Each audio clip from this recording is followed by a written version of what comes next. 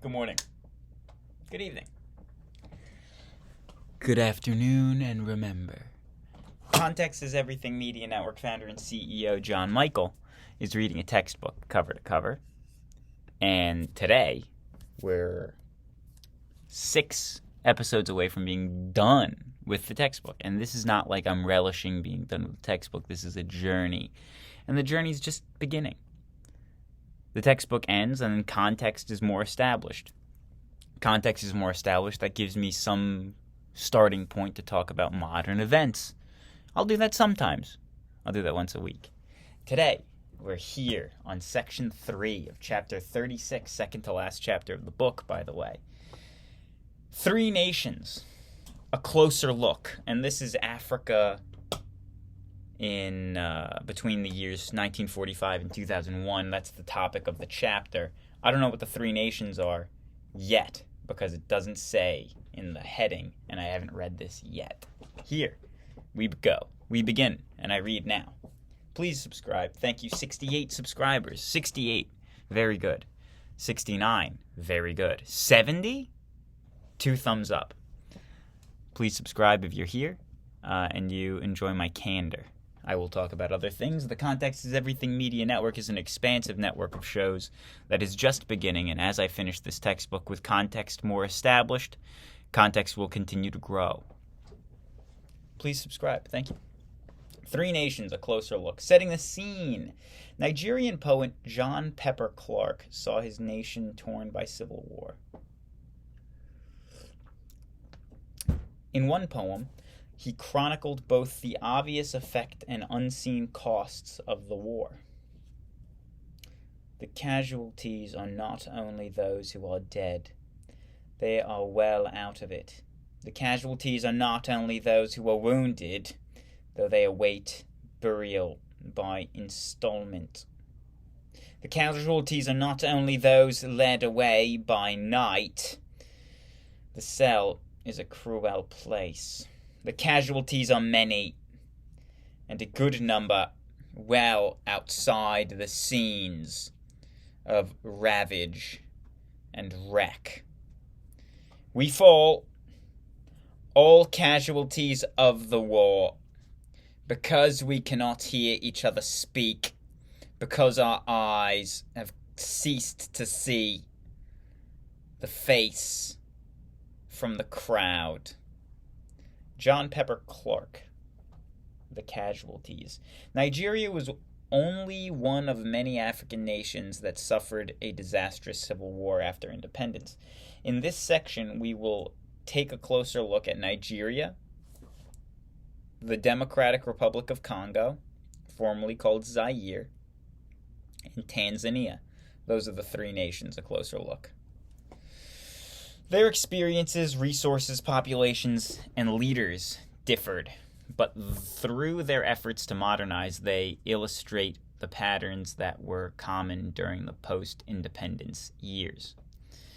New heading: Pressures for Change in Nigeria. When Nigeria won independence in 1960, it hoped to develop rapidly.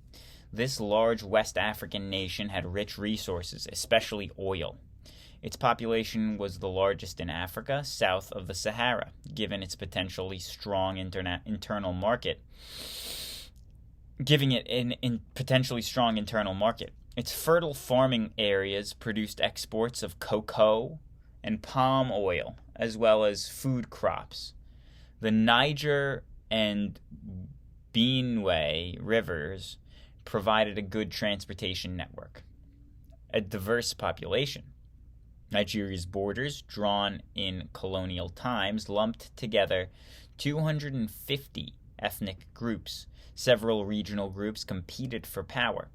In the north were the Muslim Hausa and Fulani, who had forged a strong empire in the early 1800s. In the oil-rich southeast, where the Christian Ibo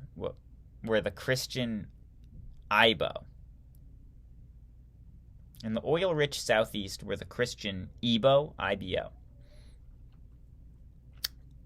The Yoruba of the southwest were both Christian and Muslim. Many Nigerians, however, still followed traditional religions. Civil War. At independence, Nigeria drew up a federal constitution to protect various regional interests. The system did not work well, however. At first, the Hausa dominated the government, and ethnic rivalries increased. In 1966, after 20,000 Igbo living in the north were massacred and nation erupted into civil war. In 1967, Igbo leaders in the southeast declared their region the independent state of Biafra. For 2.5 years, war raged. The fighting ended only after Nigeria imposed a blockade on Biafra, causing countless deaths from starvation.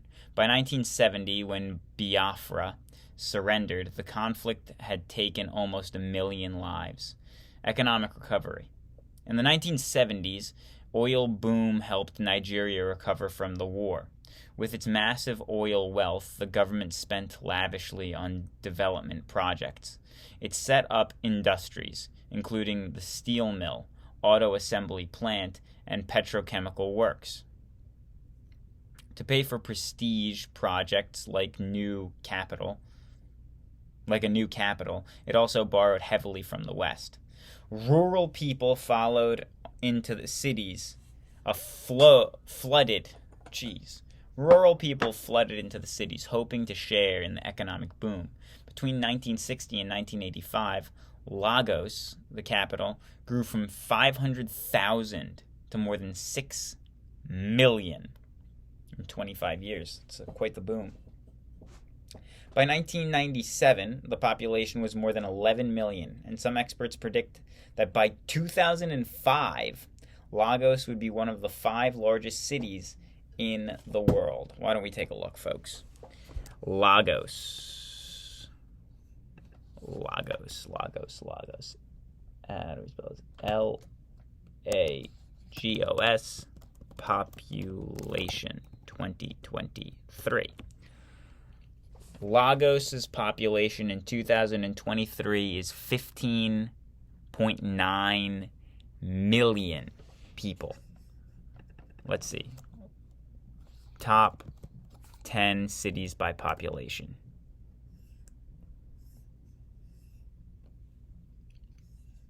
Well, it looks like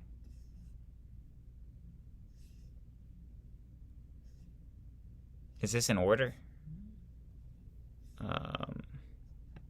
World population review. Number 1, Tokyo. 2, Delhi. Number 3, Shanghai. Number 4, Dhaka. Number 5, Sao Paulo. Number 6, New Mexico. Number 7, Cairo. Number 8, Beijing. Number 9, Mumbai. And number 10, Osaka. Wow. United States has none of them. Tokyo, 37 million people. Osaka, 19 million people. Lagos, 16 million. I think New York is like 15 million. So there's a little context for you. Context is everything. So with that in mind, why don't we continue to read this book? But just as a reminder, context is everything. Please subscribe. Thank you. Lagos. But while Lagos would be one of the 5 largest cities in the world by 2005. It is not, but it is large. But while cities grew, the government paid little heed to farmers. Nigeria, once a food exporter, bought expensive imported grain. Local food production fell and rural poverty increased. The debt crisis. Later, when oil prices fell, the economy almost collapsed. A huge debt burden combined with mismanagement, and corruption strangled the young nation. A small elite continued to profit enormously, but the majority of people suffered. Military rule. Since independence, Nigeria has often lived under military rule. The military usually took over in the name of reform, arguing that something needed to be done to end the lavish lifestyle and corrupt practices of civil politicians. Many citizens welcomed the military as a force for order and honest government, even though it imposed censorship and other restrictions. During Nigeria's debt crisis in the 1980s, General Ibrahim Babangida imposed harsh economic reforms to restore economic stability. He declared war on corruption, inefficiency, and waste. He banned most imports and refocused attention on agriculture, paying farmers higher prices for their crops. Babangida promised to return the government to civilian rule. Elections were held in 1993, but he and his military successors set aside election results and cracked down on critics. Despite international appeals, the government executed Ken Saro-Wiwa, a renowned writer and critic of the regime. Dictatorship in the Congo. I think I should have done it this way. Dictatorship in the Congo. Wrong hand, you know.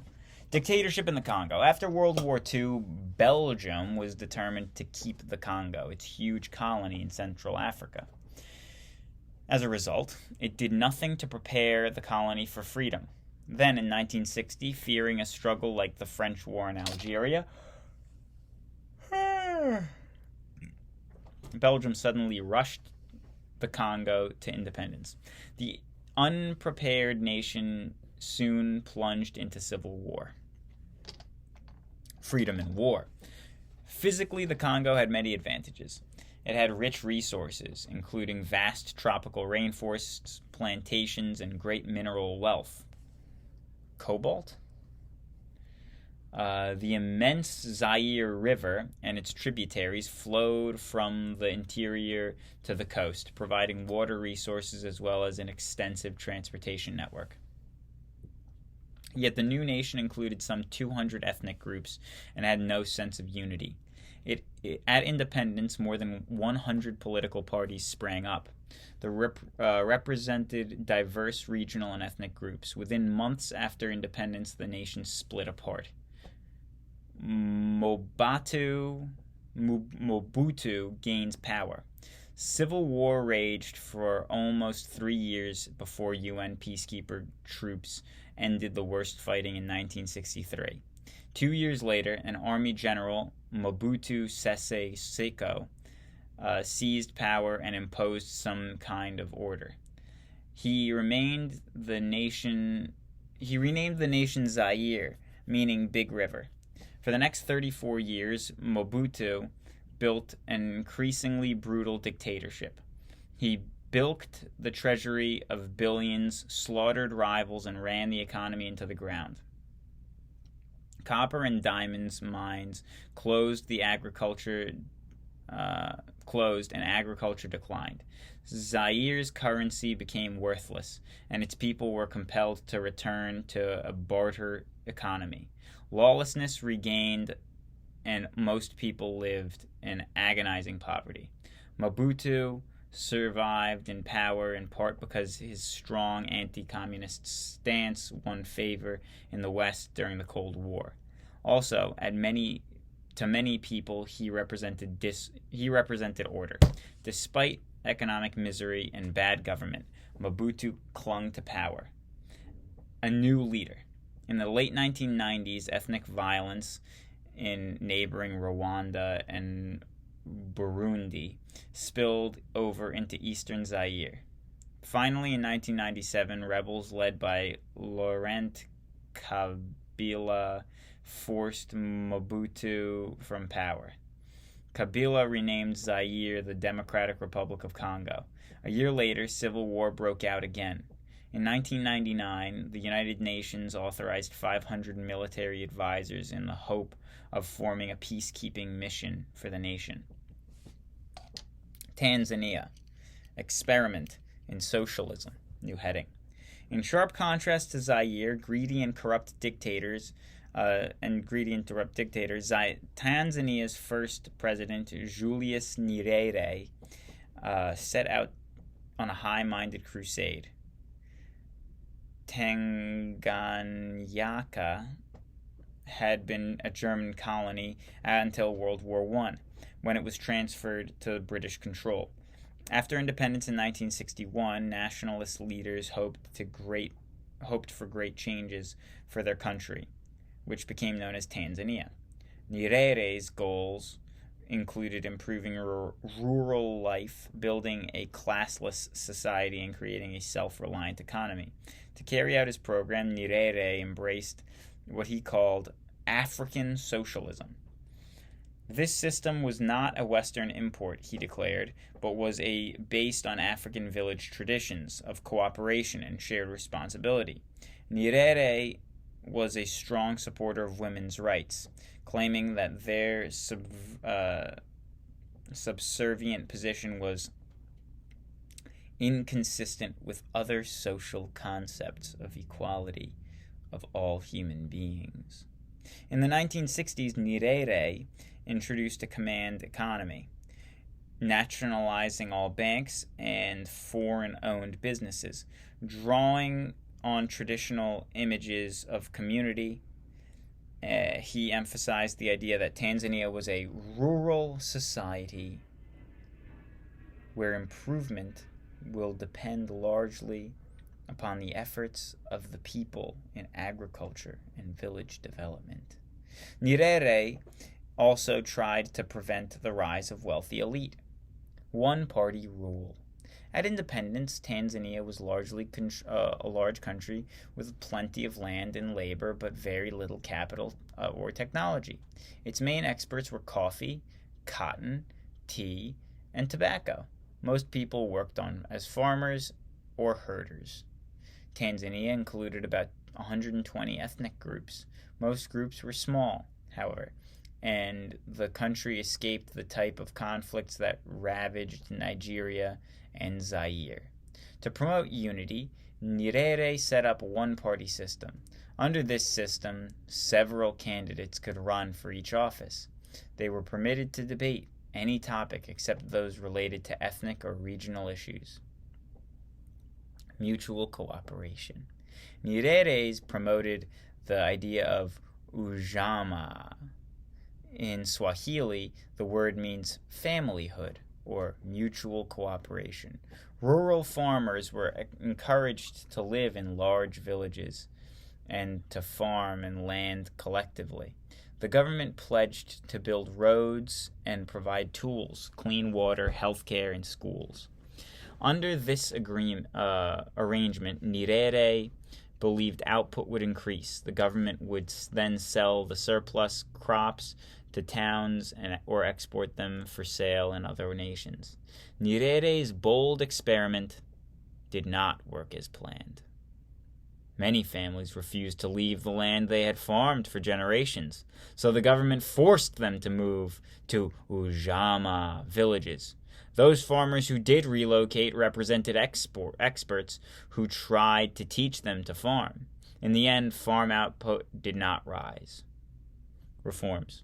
High oil prices, inflation, and a bloated bureaucracy plunged Tanzania into debt. In 1985, Nyerere resigned. His successor, Ali Hassan Mwinyi,